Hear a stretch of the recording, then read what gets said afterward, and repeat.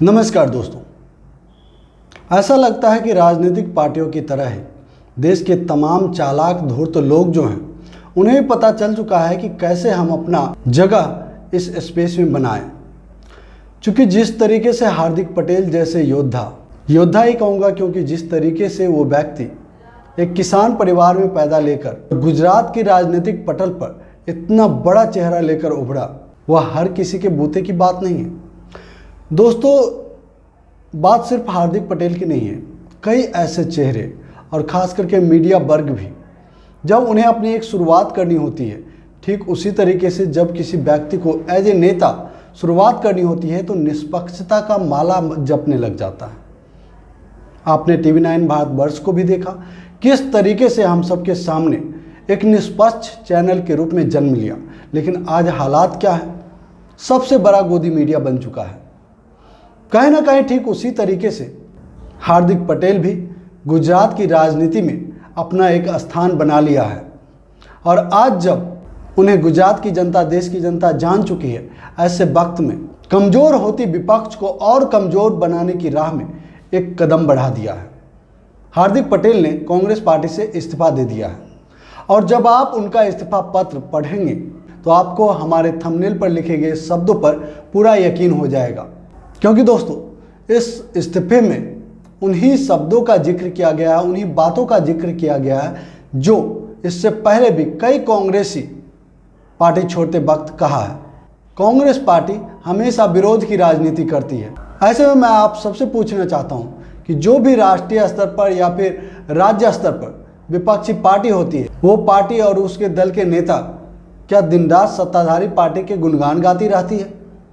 उसका काम ही होता है, चाहे सरकार कोई भी कानून लाए, किसी तरह का अध्यादेश लाए, उसमें जो भी कमी हो, जो जनता के लिए मुश्किल खड़ी कर सकता है, उन चीज़ों को सत्ता के सामने रखना, यानी विपक्ष की भूमिका निभाना। लेकिन नहीं, हार्दिक पटेल का कहना है कि कांग्रेस पार्टी CAA, NRC, धारा 370, GST, राम मंदिर जैसे निर्णयों पर सवाल उठाया। मैं हार्दिक पटेल से पूछना चाहता हूं कि आप एक वीडियो क्लिप निकाल के दिखा दीजिए, कहां पर कांग्रेस पार्टी ने राम मंदिर के खिलाफ अपना वक्तव्य दिया। कांग्रेस पार्टी जब सुप्रीम कोर्ट का निर्णय आया, उससे पहले भी और उसके बाद भी हर हमेशा अपने आप को सुप्रीम कोर्ट के निर्णय के साथ रखा। जहां तक बात CAA, NRC की है, तो CAA और NRC में सिर्फ और सिर्फ मुस्लिम धर्म के लोगों के लिए ही मुश्किल नहीं है। ये आज सिर्फ और सिर्फ असम में लाखों हिंदुओं के लिए भी मुश्किल खड़ी कर चुका है।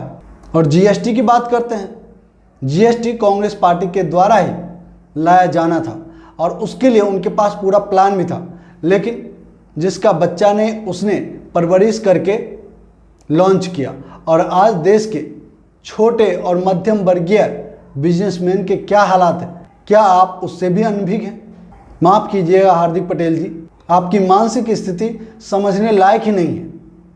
दोस्तों, मैं आपको बताऊं कि हार्दिक पटेल के इस्तीफा पत्र में दूसरा सबसे बड़ा जो एलिगेशन था कांग्रेस पार्टी पर, वो था कि कांग्रेस के शीर्ष नेतृत्व, जब देश को, गुजरात को, कांग्रेस पार्टी को शीर्ष नेतृत्व की जरूरत होती है तो उसके शीर्ष नेता विदेश भ्रमण पर होते हैं। दोस्तों, इस मामले में अगर आप राहुल गांधी की पिछले 8 सालों के ट्रैवल हिस्ट्री की जांच करेंगे तो शायद पहले से कहीं कम विदेश गए हैं। मैं हार्दिक पटेल की बात हार्दिक पटेल से नहीं, आप सभी से ही पूछना चाहता हूं दोस्तों कि क्या हार्दिक पटेल राजनीति में आने के बाद से कभी कोई रिलेटिव्स के पास नहीं गए हों? अगर राहुल गांधी का नानी घर विदेश में है तो वो विदेश ही जाएगा ना। और आगे हार्दिक पटेल लिखते हैं, कांग्रेस के शीर्ष नेतृत्व हमारी बातें सुनने के बजाय मोबाइल में ज़्यादा बिजी रहते हैं। तो ऐसे में आप सबसे एक ही बात पूछना चाहता हूं, जब कोई आपके पास आपका अलायंस या फिर पार्टनर, कोई भी छोटा से छोटा बिजनेस पार्टनर भी आए, जिसके बारे में आपको पता चल चुका है कि अब वह किसी भी हालात में आपके साथ बिजनेस में नहीं बना रहेगा, उसने मन बना लिया है किसी तीसरे के साथ जाने का, और आपको ये बातें पता हो, तो आप कैसे रिएक्ट करेंगे? क्योंकि वो पहले से आपका पार्टनर रहा है, इसलिए आप उसके साथ करवा वचन तो बोलेंगे नहीं, ज़्यादा से ज़्यादा आप उसे इग्नोर करेंगे। वह जो बोल रहा है उस पर मुस्कुराएंगे, अपने आप को उससे अलग थलग दिखाएंगे। फिर भी अगर अगले को ये बातें समझ ना आए तो आपकी इसमें क्या गलती है। लेकिन नहीं दोस्तों, राजनीति दूसरी चीज़ है। राजनीति में ये बात जानते हुए कि अगला व्यक्ति आपके बारे में सब जानता है, लोग जाते हैं, जिससे कि जो लोग उनसे उसी पार्टी के कारण जुड़ गए हैं नए नए, खास करके वो लोग उनका साथ ना छोड़े।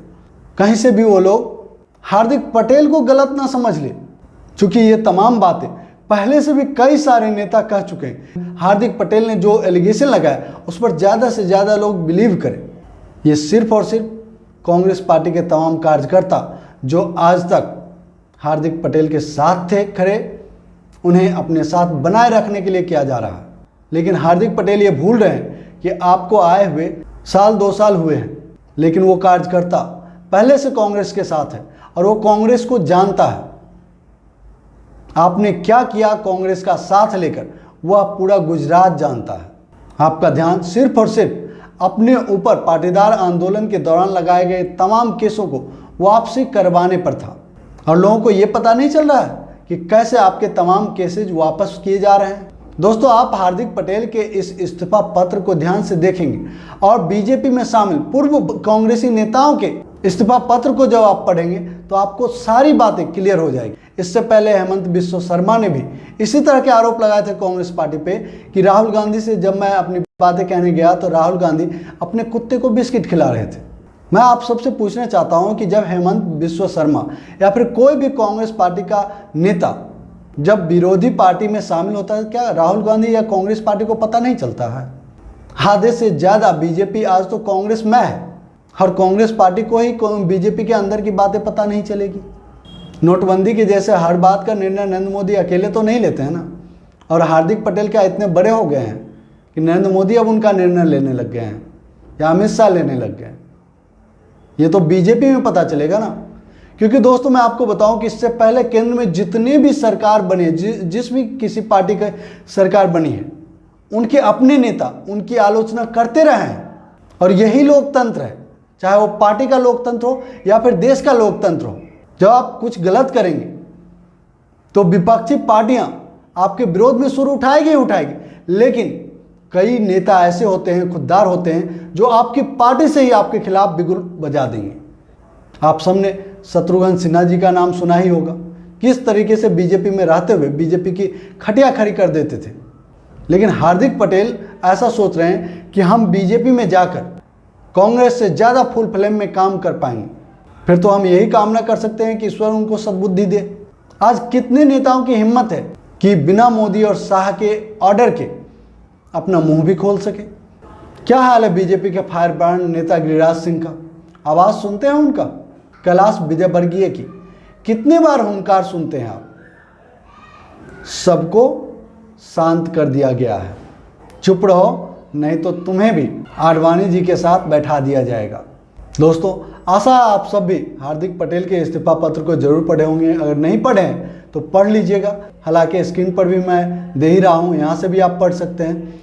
लेकिन मैं एक ही बात कहूँगा, हार्दिक पटेल ने जो भी इस्तीफा पत्र लिखा है, ये भारतीय जनता पार्टी के प्रिंटिंग प्रेस से छप कर आया है और हार्दिक पटेल ने सिर्फ और सिर्फ इस पर सिग्नेचर किया है। इस टॉपिक पर इतना ही। अगर हमारी बातें आपको सच्ची लगी, अच्छी लगी, वीडियो को लाइक कीजिएगा, शेयर जरूर कीजिएगा, और जो दोस्त पहली बार हमारे चैनल पर आए हैं, आपसे निवेदन है हमारे चैनल को सब्सक्राइब कर लें और घंटी के बटन को जोर दबा दें, ताकि हमारा हर एक वीडियो सबसे पहले आपको मिले। जय हिंद, जय भारत, जय संविधान।